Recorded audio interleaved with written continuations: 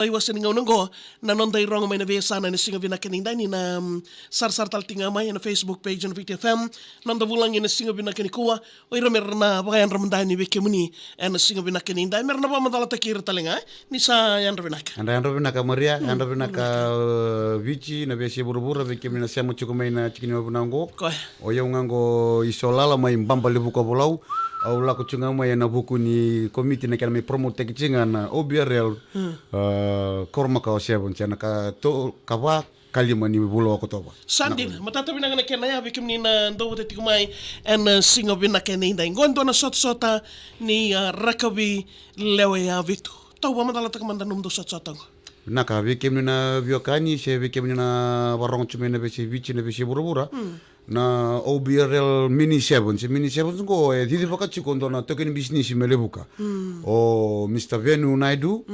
na Mr. Venu Naidu nona chiko na turman go be na kena teka busara nga mai no mungwale mai suba ibichile bu mona yazo yanu le stare mai suba nona ke nona tab ke bondo ko mena vale de kemni ve ire rabia ngole na lisara le ngito mandanga ka e basa bulan dollar return trip we na Queen Gudi raw na kampanya ko oiko pikte ko saranga may na kel nimbasi le ngori subo bono do babondo kina Saint Mary kya kela saranga may kina na nortombasi me babondo kiko mo kuchi ko sarabondo obola mole chiko na singaruo ni ngito ya sandina god na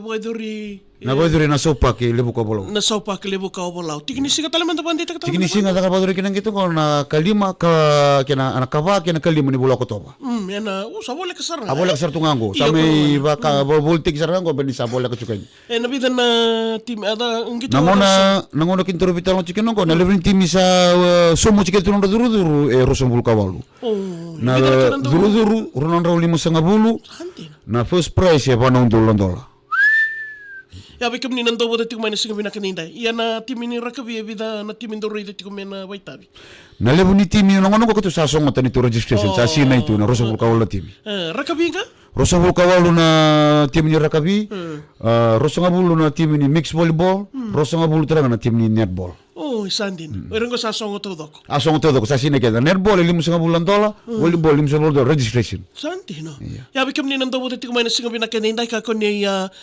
baka welo taka na kenoya baka mimbi na tubite loma ra bola ka tugani kina na bugo ni sot-sotongo kongo na sabugo ni binakatuga kina ulni do bien na bingito todo kongo taw ni pamtata ka man na ulni do bien pa na $1 ya na rakabi na mix volleyball ko na kena ulni do bien $100 na kena duru $550 na netball $100 duru tali $550 na inakile bu di baka chikina na turangan ng business ngo na bon business ngo nang gitu ngo na vena kata me kuchira bata manyale no bonu ai lo mai viti obolau ke vesi viti se ko mer mai songo bata ka kena usu kali utundo tu ne kena bustangan ekonomi obolau sandina andon rei toto kesara vikim ni ndo bodo tikumani singo binaka nindai kasa bonu ni binaka libuto ko kena turanga tawen na buni sot-sotongo ka baka usibi boibe urita to na ndo na sot-sota sa uti sar talaga bau nioni kai to ngori na economy dabra numdo reda persona bekara ni na baidor talaga kina na bukena kena okay na nona na kina ndon business ngo ni ngona zaka kina turumon go era oso mai na tamata merla ko mai dua merme sara kena karua ni na uchi na bika kedia wera na buli nona supermarket na OBRL Outback Range Supermarket boli kya go na sto so na katundo yo bolo fresh na karto boltaka do makana bono na vingara na zaka tukina na kena karua ni uchi zabana bika ke zaka chiko bolo na rona singambo dola tartunga norto bono ni bibarote kana lebuka club ke bekai ko bena kata molei waini balilai sio be munang gon tana ka ke zaka tartunga relax tu kya gayo sar tu ni mai na wasaliwa bakan dua ya bikam ni nando boting mai na singa bina kenenda ka kunyo wel taka sabon ni bina kalib talanga klani betimi so tau so na betimi rongo so adum ngone mai bono lebu sibi bana bibono so rango mai kin betimi nangona sa kandoro bitano chikeno ko bebe ruo chimbe kasi tu lo chim la ko maya svara korla ko ni batake korla ko ni bichile bungango i Central Division ngango Ngori. batake garmi obalo Oi.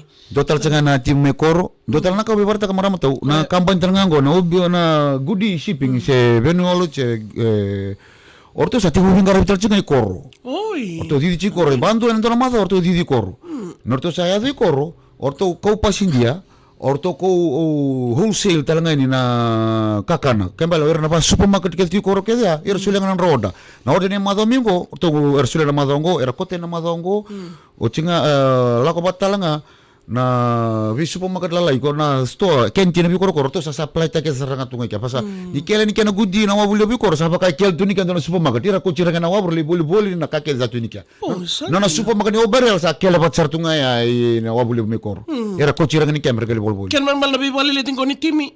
Bibalik ni timi pasang bulan dola return. Iko pick ngai na Bastiani Suba, drop le buka, baru buka baru ai singa tamu cin corona kalau kau cin masih kelebu sagi pick tal meli buka mau drop na tobi drop sari Suba. Sandina. Yana kenang basi Kenang basi na Saint Mary. Iko na pontongan na gudi. Na gudi ko pasang bulan dola. Ya laku tal cinga na total kampanye wanga ya. Iyo besuri ci bikin na bela ko may menda toko na bisnis ngo. Eno buku ni sa ko taro cumi bikin tanang gitu di pango. Ko taro mesono kamu nanda kangan dari baru takana tamata tamsa kaya ni menda. Lebol-bol nga nono to stoa, bangat ka nono to bono wanga ni bali may bichilebu.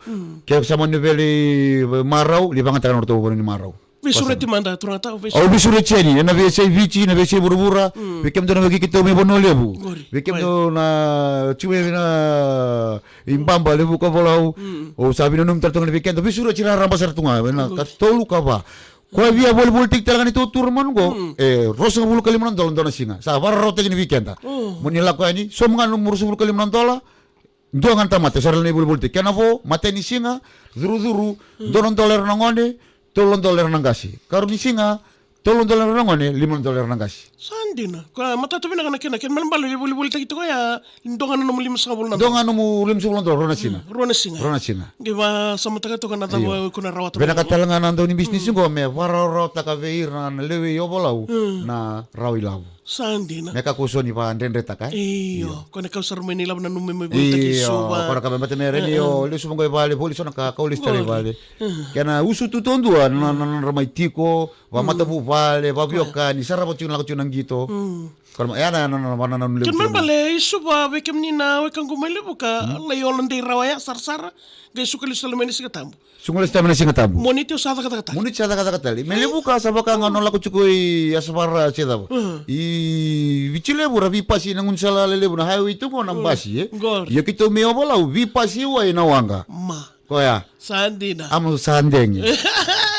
Nabalem sar Nabalem turang ta tau. Mr. Isolala Naka. nabuni sot-sota ni OBRL Coromacao 7s enay kawa kenay kalima ni singa ni Bula Mayongo enarara ndaw kilelevo ya may na Saupak may libu ka obalaw nanumatiko binakata talaga mo lay boli takikya na ika may tabuti ka binaka tabioka sena chiboli mbeka may tao Chiboli. Mati kena boli rokete gayo maamsandenge gayla ko na dungo narara may na Saupak may libu ka obalaw na bolem sar na Naka. kitaw wating binaka sa Naka. ni binaka Kalungan sa chiko. ni binaka libu talaga ni Vikim Nino kando nindo